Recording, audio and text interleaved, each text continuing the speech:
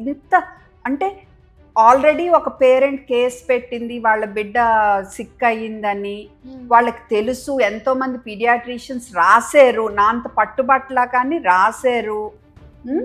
వాళ్ళకి తెలుసు పిల్లలు సిక్ అవుతున్నారు, ఇది ఓఆర్ఎస్ అనుకుని అసలు వాళ్ళ బిజినెస్ మోడలే వాళ్ళు ఓఆర్ఎస్గా అమ్ముదామని. అవును. ఓకే, బట్ అది ఒప్పుకోరులే.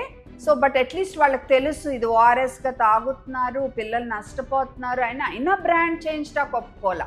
2022లో FSSAI ఆర్డర్ వచ్చింది 8th ఏప్రిల్, మీరు ఓఆర్ఎస్ అని వాడకూడదు వీటి మీదని.